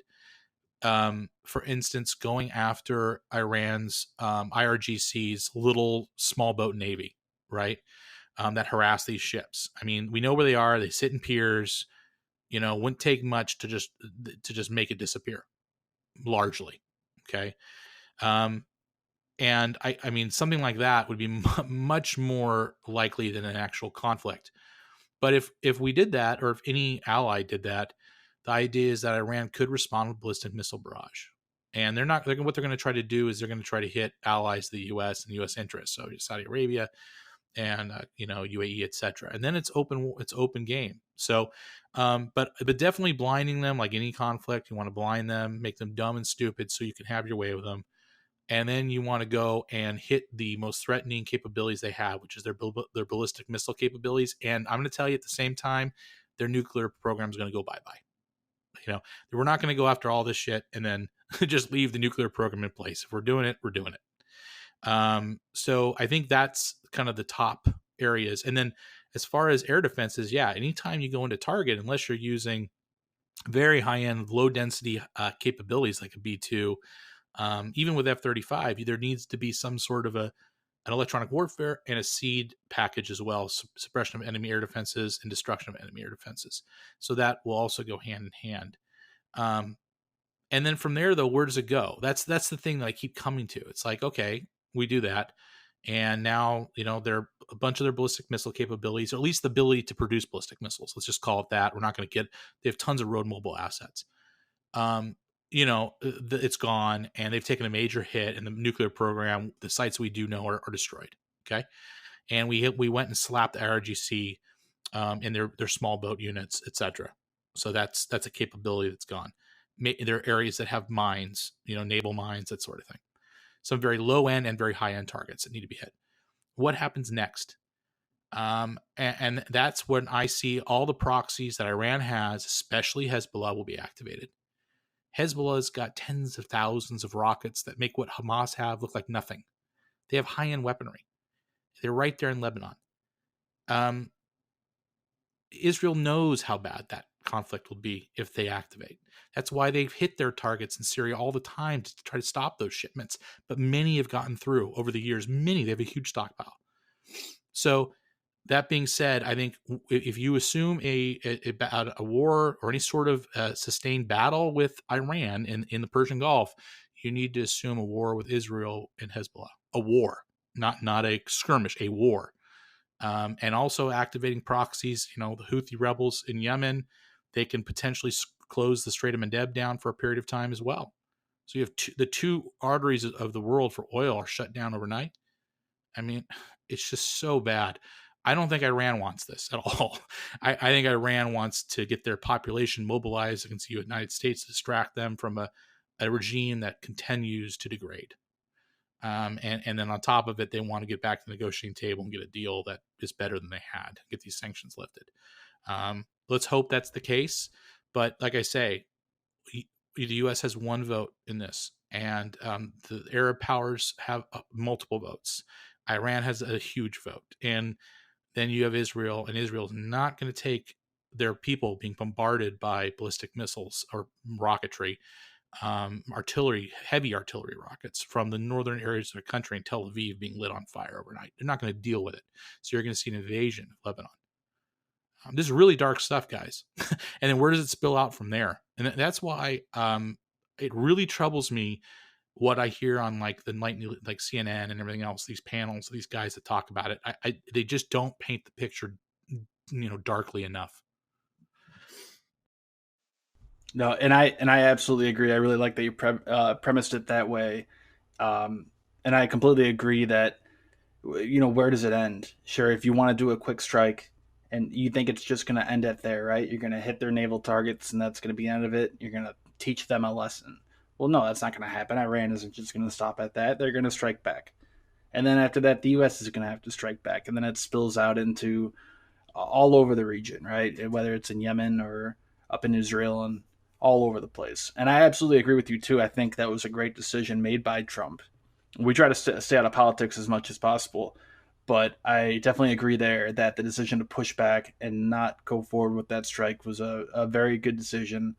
I don't think anything good was going to come from that. I think it also scored him some political points. As you know, a lot of the world has the opinion that the U.S. is warmongers. They like to get into wars, or they're trying to start a war here or there. So not doing so kind of chips away at that narrative a little bit, whether that's true or not. But yeah, there's really no way to stop it, right? That's worth actually mentioning. It's very strategic because beforehand, he didn't really have a lot of support for the international community. This whole intel thing that they had, intel that Iran was up to something was very murky. And, a lot of the world leaders were saying, forget this. We're not getting, we remember Iraq, they don't want anything to do with it. But, the shoot down and then the seizing the limpet mines, now the seizing of these tankers, the world community is really like, well, we have to do something about this. And I don't believe the U.S. needs to just pack their ships into that super missile engagement zone, which is what it is. Let's be honest. If things got hot, we would take big losses out there to defend our vessels against layered anti-ship threats in that tiny space. It's not good. So bringing in foreign navies that have just as much interest there as we do, right? That get their oil from there and have economic interests in the region. They should go and work as a coalition to patrol that area. And that might mean convoys. I know everybody hates doing it, and it's not. It's the one thing nobody wants to do. But we might get to that point. But the fact that Trump did not slap Iran for that drone, I think it would never have been possible to even be talking about this type of thing if he were to have acted on that, and that plan was to go ahead as supposedly it was planned.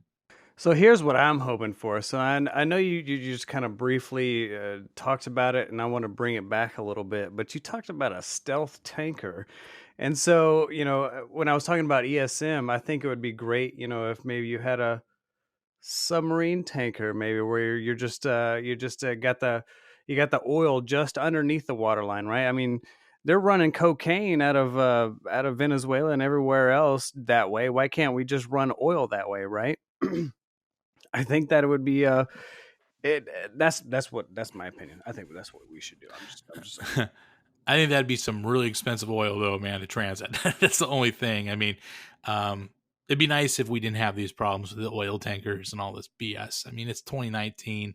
I'm the last guy to talk, green energy. I'm just not in that space. But, a lot of these issues can actually be solved by us, like by the world moving to other, at least really working to move to other forms of energy, it seems. I mean, it's true. I mean, the Defense Department says it, so, how you transit it, I think it's always going to be a threat. It's always going to be a weakness. Energy is just so critical to everybody's lives around the world. And it doesn't matter if it's a pipeline or it's a tanker.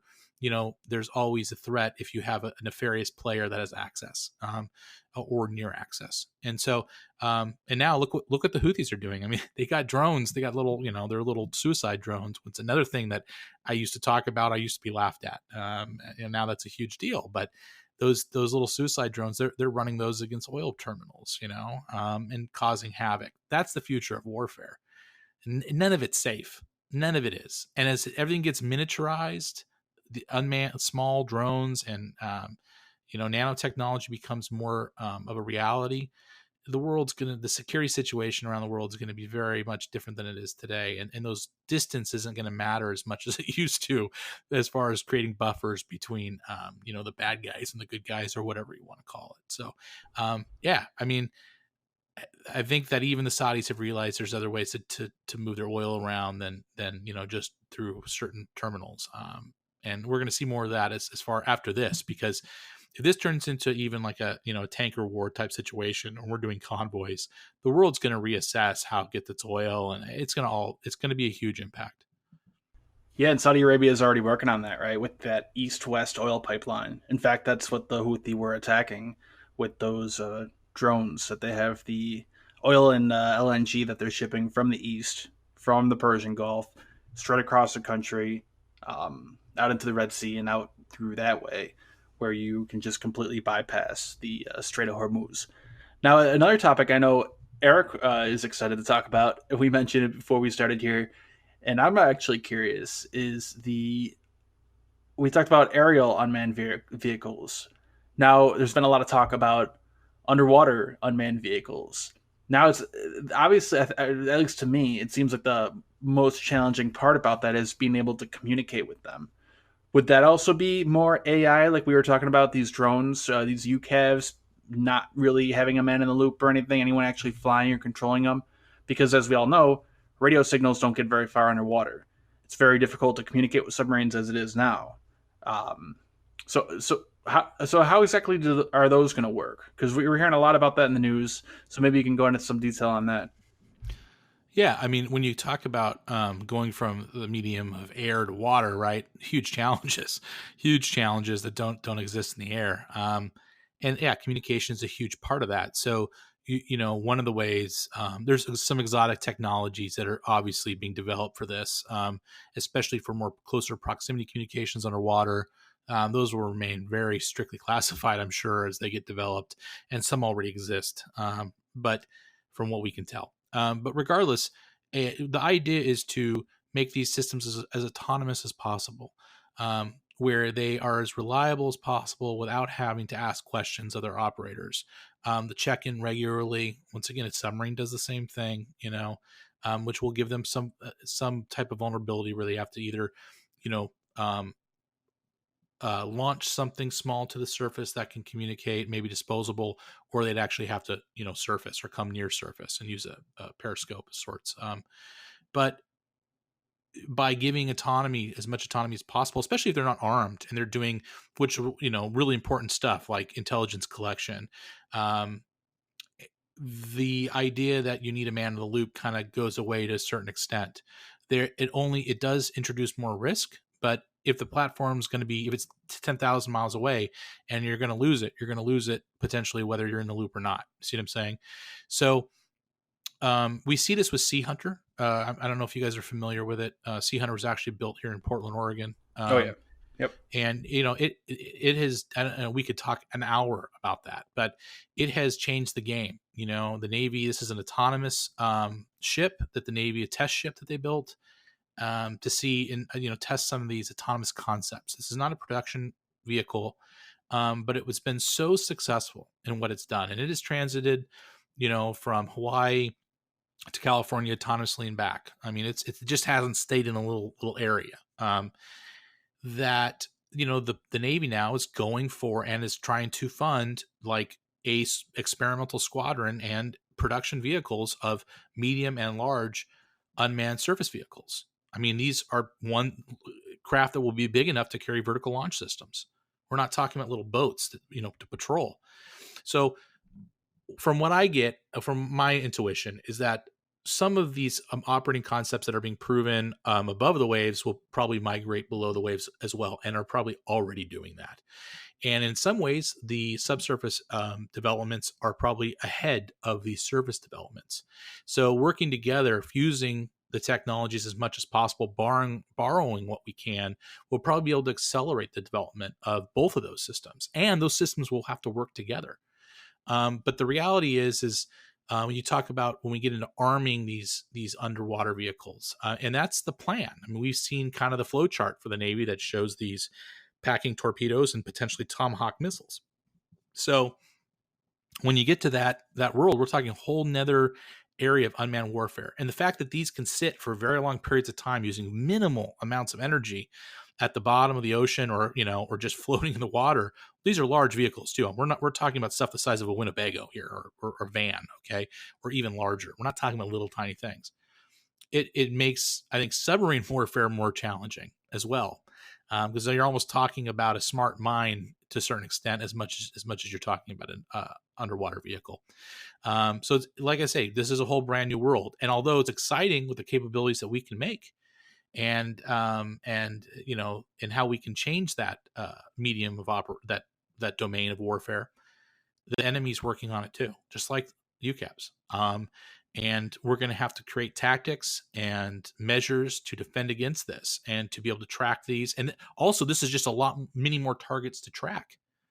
When you can build one of these for $30 million or $20 million in the cheapest diesel electric submarines, $500 million, you can imagine in a region, say the South China Sea or whatever, how many of these can be put out there? How do we know? We need to keep tabs on these. So craft like Sea Hunter and other autonomous craft that are made to basically pit bull submarines and stay on them with active sonar and until they run out of fuel, are going to be more key.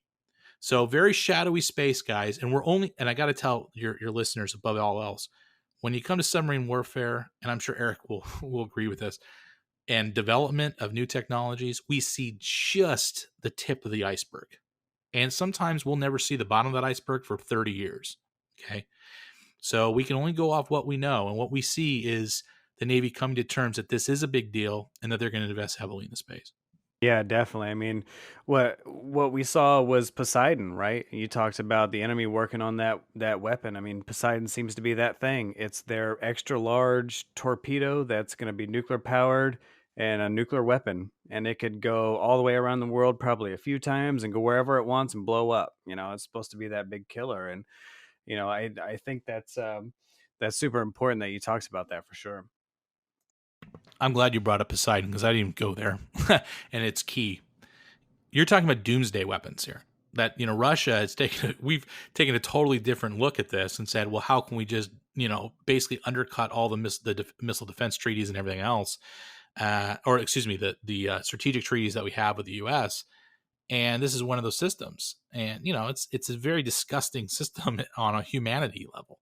It's meant to supposedly be launched at, thousands of miles away, and so and then swim its way at higher speed than probably what a submarine can make, and blow itself up with a very dirty nuclear warhead in a bay or outside of a bay, create basically a tsunami that's radioactive and just irradiate a whole area beyond just the explosion of it. It's a nasty, nasty weapon. But this wouldn't be capable, or this wouldn't be possible with autonomous technologies. Now, how far Russia is actually along with creating a concept of operations for this thing and the technology that goes behind it, I have no idea, to be honest with you. And that almost worries me more than anything else, is that they'll jump into a weapon like this and not have the controls in place to keep a handle on it. And it's nuclear powered, so it's not just the nuclear. From what I understand, it's nuclear powered as well. So it's not just the nuclear warhead or whatever it carries, the payload. It's also just the reactor that this thing's running on with nobody on board. So we'll see. Now, some people will say, "Hey, listen, this isn't real." Yeah, they're developing it. It's very experimental. They say everything is operational in Russia. Everything. It's just we just thought of it, and tomorrow it's operating. So you got to really take it with a grain of salt. Okay, you guys know that. But at the same time, some people say this is going to be used as a bargaining chip for the next round of strategic treaty talks, strategic weapons treaty talks, and Right. same with their ground launch cruise missile. And let's hope that's the case, right? That would be a good thing, because the idea that these things are out there, and who knows the locks and keys on them, and the operating concepts and the technology behind it freaks me out. So that's interesting. What have you actually heard any updates? So the other weapons that Putin famously announced back in, was that March of 2018, those doomsday weapons like the nuclear powered cruise missile. Have you heard any updates recently on that? Because I did hear a rumor that I guess they had said that possibly flight testing wasn't going quite as well as they were hoping, and that they were drawing down the testing facility up there in Novaya Zemlya. Have you heard any updates on that recently? Are they having trouble getting it to work, or are those just rumors? There was. We actually did one. Joe did it, my colleague, and I can't remember exactly what it was, but there was. You're 100% right. There was that talk that they couldn't even get it to fly more than X amount of seconds or whatever, right? And then there was talk that they were going to scale it back. And then I also believe we heard that they're now testing it and they've gone farther. I don't have it in front of me, guys, so I don't want to give you bad information. But once again, we got to take everything with a grain of salt with these guys. Everything. And that's one of them. And that's kind of that's the Poseidon of the air, right? Nuclear powered cruise missile has extreme range, hard to defend against, etc. But how do you command it? How does it work? How do you recall it? It another scary weapon that seems more of a desperate plea, either for some sort of deterrence or to use as a bargaining chip when it comes to our next round of strategic talks, which I hope happens. Regardless of what you think about Trump, and listen, I get it, but hopefully that they can sit down at the table and come up with something that actually contains our nuclear ambitions more than expands it like it is. And I have very strong feelings about this. I've written on depth about how expanding our nuclear arsenal is insane, and it's a huge handout to industry. And you need to modernize a few things. I get it, but the wish list that Mattis put out, it's just, I don't get the logic. And you know what? A lot of people don't. It's not just a few of us. We don't get it. So we could spend our money on much better things. We have enough nuclear weapons to destroy the world multiple times over. So, we now need more. We need tactical nukes. We need this and that. And it's just, we need sub-launched and tactical nuclear weapons. And maybe we'll put them on ships. And, listen, we have enough that we're redoing. And I believe that the ground-based ballistic missile deterrent is obsolete. I don't, it's a nuclear sponge. I don't think it's I think we could eliminate it and put that money right into submarines, which is second strike capability. And we could, buy more Columbia class boats and get rid of that our missile fields that are hugely costly. Yeah, I think it's kind of scary when it comes to the whole unmanned nuclear part, man, because like I got a red light camera ticket. I mean, that sucks, man. Like, I don't want to be judged by some robot that was just hitting everything and just, got confirmed by somebody. Like, we need people in the loop. We cannot have these autonomous nuclear weapons. That shit is crazy. We cannot have that. But at You the kind of same have them. time, You kind of already have them. That's the thing. It's a cruise missile. Look what a cruise missile does, and I mean, it's going to follow a route and hit a target. I mean, I think what the problem is with the Russian stuff is that it's extremely long range and it's a kind of a new concept of operations, and we just don't know the tech. I mean, at least I don't understand the technology, command and control technology behind it. That's where I see it, at least. But we kind of have robotic nuclear weapons that can't be recalled. Once a Minuteman goes up in the air, it's gone. yeah, It's fair enough. I mean, not fair coming enough. home. Yeah, The birds pass in the air and it's over. World's over. yeah, It's going to be I think left you're to totally tadpoles right. and shrews. But I mean, but it's different though. If they do inject like an AI, and not AI, but even advanced machine learning or whatever into it, because of the ranges that they're operating at, right, and that they might stay dormant for a period of time and all this. Yeah, dude, it's stuff out of a sci-fi movie. And I believe we just need to do whatever we can to decrease the arsenals. Both of us. It's not just Russia. It's us. We need to decrease the arsenal. We need to get rid of the stuff that's mothballed, destroy it, and because right now, I mean, listen, India and Pakistan could have huge, even if they went at it and just threw everything at each other, could have massive effects on our environment. And so I just think that it's madness. And at a certain point, the money, it's so expensive to do this that something like the ground based deterrent, I get it's controversial, but I think it has to go. And I think we have enough, Trident missiles sitting underwater. I don't think any enemy is going to take a chance. Yeah, I definitely think you're right. And you talked about the autonomy, and yeah, I mean, I think you're totally right now that you say it, because I mean, the Mark 48 is so good. You're not going to go away from it. Like, it's going to get you. I mean, the odds that it's going to turn around and get you back, or it's going to miss. I mean, that thing is so good. And we're proud of that. I mean, we were super proud of that back in the day when I was on the submarine, because we didn't have to worry about our own torpedo turning around and back on us and hitting us, and just doing this really old school World War II shit where it just fires up in the tube randomly, or one of the batteries catches on fire or something like that. Like, we were really proud of this thing, and yeah, man, I think you're totally right about that. Now you say it, for sure. It's a tough topic. There's really strong opinions on it, and people are very passionate about it, and I appreciate that. I do, and I think that we need to have a real discussion on it. But we need a world with less nuclear weapons, man. We just do, and that should be a priority. And that sounds. Listen, I'm not, like I say, I'm not some guy that's banging a drum on a corner talking about this. But I think when you look at it just at a strategic level and also at a cost level, and where we could put that money into, that just to keep a triad that maybe that we could either reduce parts of it or eliminate one leg, it makes sense. And nuclear weapons are just scary. They're just really scary, man. And I think Trump got that. I think he was talking a lot of nuclear, this and that, and then he got briefed on what this is and what it looks like and what humanity turns into if this were to happen, if even mistakes happen. And we're forced in a place where we have to, launch and reciprocate from something that maybe wasn't, commanded from the top, right? I mean, these are all things that he's been talked about, and you can tell he's kind of changed a little bit on it as well. So we'll see what happens, but it's something that of all the defense stuff that's out there, I think the average person should engage the most on is the whole nuclear issue. Yeah, I think it's interesting. Just with having more nuclear weapons, it's much more dangerous. I don't know if you have heard of David E. Hoffman. He wrote the book on Dead Hand that the Soviets built and Russia supposedly has to launch a nuclear strike against the U.S. in case all the leadership is taken out. But he also talks about the time he spent in Moscow during the 90s and even into the early 2000s when Russia still wasn't quite back on its feet again.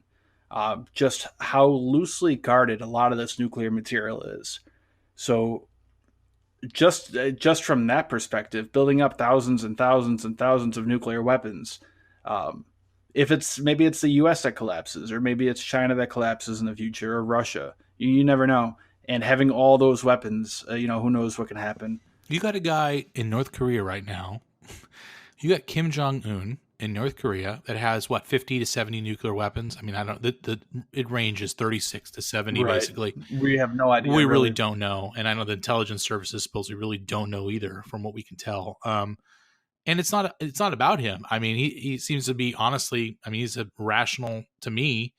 fairly rational actor. He's a horrible person with resides over a terrible regime that does horrible things to its people. But, he's got to survive, and he's been an incredible player in trying to get to a point where he's a normalized nuclear power. But here's the thing. We could wake up tomorrow morning and news out of South Korea, Kim Jong-un is dead. And now you have a nuclear state with some very old men that their whole business, their whole enterprise has been a standoff with America and South Korea. That's how they live the lifestyle they live. And now they have an arsenal. Who knows? Who knows who's at the top with, a bunch of nuclear weapons? That's the problem, is you just don't know. You know who has them, but you don't know with these regimes who's going to inherit them. And then there's the loose part of it too, as well. This material getting loose and being used for other purposes that, even if you don't have a detonation, dirty bombs, nasty, nasty stuff. So it's all stuff we need to think about. And it's something that I think it's complex, but it's also like it does impact everybody's lives and in potentially the biggest way possible. But it's not just who has them, but who could have them, within a heartbeat. And that's what's really scary. So, Eric, is there anything else we want to cover before we start to wrap up here? Yeah, I definitely want to hit up or talk about our Patreon. So we have a Patreon. So you guys need to go look online, check out our Patreon, Tech Ops Patreon, and man, help support us, because we need to do this long term and everything else. So yeah, we have a lot of interesting things coming up. I think I've mentioned in an episode, it might become a lost episode here. I think we had some technical problems, but I'm actually going to be moving, and I'm actually going to be pretty close with Eric there. So we might have some opportunities to do some things in person, make some trips to different locations, maybe do some video and do some live things. But unfortunately, a lot of that stuff costs money. So if you guys are in the position, I would really appreciate it if you can consider supporting us on Patreon. We understand it is a lot, so maybe just consider it. We'll have the link there posted in the show notes here or in the description on YouTube. But Tyler Rogoway from the War Zone, really, thanks for being on. I really, really love the website. It's really great to know that anytime there's a major event in the world, that it's not measured in days. It's measured in sometimes just a few hours, and you're going to have a whole breakdown of everything that happened, why it happened, the background on it, what could happen, and it's trustworthy too. So I really appreciate the work you do, and really thanks for coming on. Hey guys, thanks for having me, and for your listeners too. Thanks for putting up with the sound here. I was telling the guys before we started, I have terrible allergies today, like to the point where it's like almost clinical. So if I sound like Kermit the Frog or sniffling or a little heavy breathing, you got to bear with me, and I appreciate you doing that. And I love what you guys are doing. Keep it up. And to your audience, thanks for listening.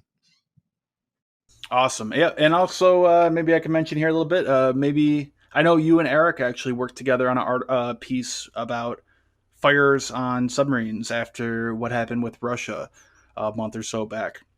And also, I think maybe we might have some projects in the work in the future to work together. So that would be cool. Maybe you can look out for that. But other than that, I think that wraps it up for this episode. Thanks for joining. yeah, definitely, that was fun.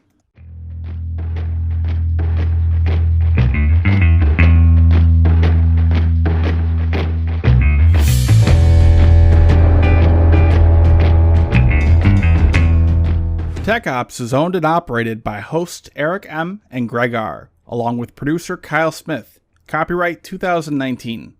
Music by Kevin MacLeod, Twisted. Creative Commons 3.0.